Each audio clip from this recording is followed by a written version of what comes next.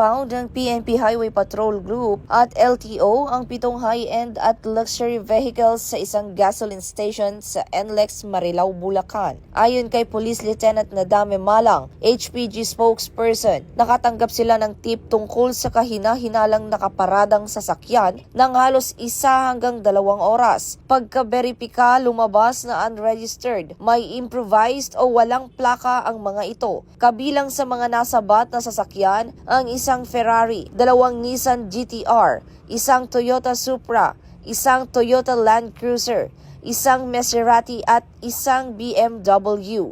Ang mga ito ay tinurn over sa LTO main office at inisyuhan ng violation ticket. Ayon sa LTO Assistant Secretary Marcos V. Lacanilaw, hindi masama ang pagmamayari ng luxury cars, ngunit mahalagang siguraduhin ang kumpletong papeles. Kasalukuyan namang iniimbestiga ng PNP ang posibleng koneksyon ng mga sasakyan sa Diskaya at kung dumaan ba ito sa tamang customs at buwis para sa bagong PNP para sa bagong Pilipinas. Serbisyong mabilis, tapat at nararamdaman.